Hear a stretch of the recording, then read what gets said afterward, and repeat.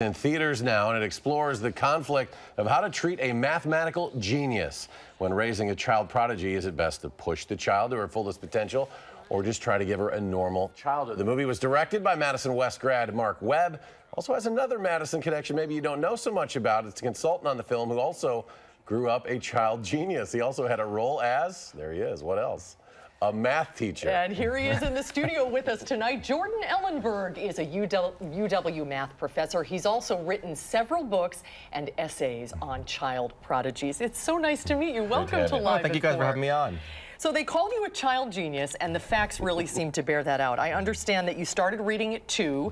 You were doing multiplication, double-digit multiplication at 5, and you scored a perfect 800 in math on the SAT when you were 12? Underachiever. Only the last one I remember. The other two I was too little, but that's what they say. But what was it like to have that label as a child and grow up knowing that you were gifted? Well, you know what's interesting is that for me, that was a completely positive experience, but people have so many different experiences. That's what I've learned over the years from talking to a lot of people who have grown up in that setting. I mean, the character in the movie, I mean, I don't want to give too much away because it's a great movie. You should go see it, but you know, she has a lot more challenges trying to figure out how to fold that into having a normal life as a kid. Now, for me, it was not that challenging. I think there wasn't a lot of conflict around that. Well, let's talk about the movie. How did it come to be? Mark Webb reach out to you? I mean, was he looking for a UW-Madison connection since he's a Madison guy? I think it was almost totally coincidence. I think what happened is I have written about that experience, written about what we should be doing with our kids that are highly accelerated in math.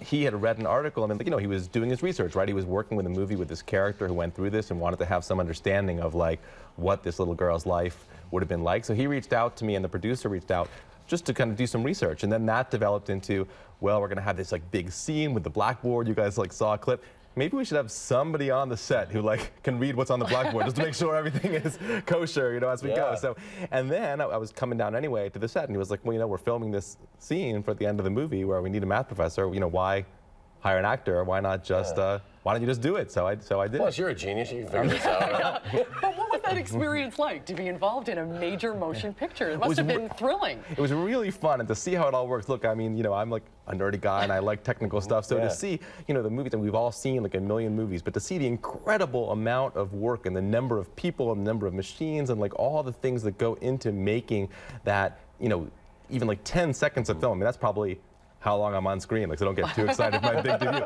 But that probably took 3 hours of work, probably 30 people working for 3 hours to make those 10 seconds of film that you see. So when you write books, you chose to write books about prodigies as well. What drove you, from your own experience, what drove you to write those books? And you have a strong opinion about how, if you have a gifted child, how gifted children should be raised.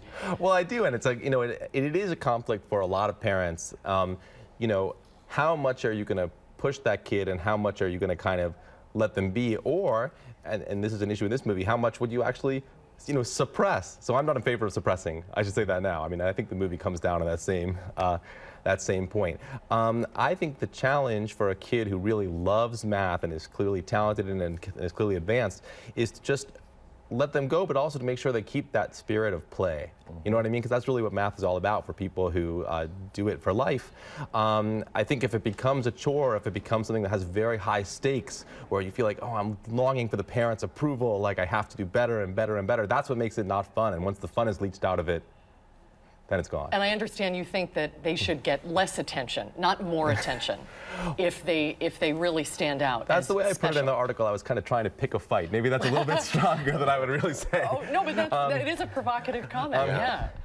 I guess what I mean to say by that is that sometimes educators will think, well, the people who have a future in science are the people who are child prodigies, who at the age of 5 or 6 are already showing that interest. And that was my story, but as an adult working as a math professor and working with mathematicians and scientists around the country, everybody has a different story, and there's tons of people who come to it later. It's not all child prodigies. So another way to say it was, I would like every student to have that opportunity to grow in math and not just take the few kids who are super far ahead and say, oh, there I see it, the mathematicians of the future. No, it's not just them. Well, every mother thinks her child is a prodigy anyway. Well, it's great to have you here. We look forward to seeing you. It's a bit part, but we look forward to seeing the movie. Maybe next time it'll be bigger.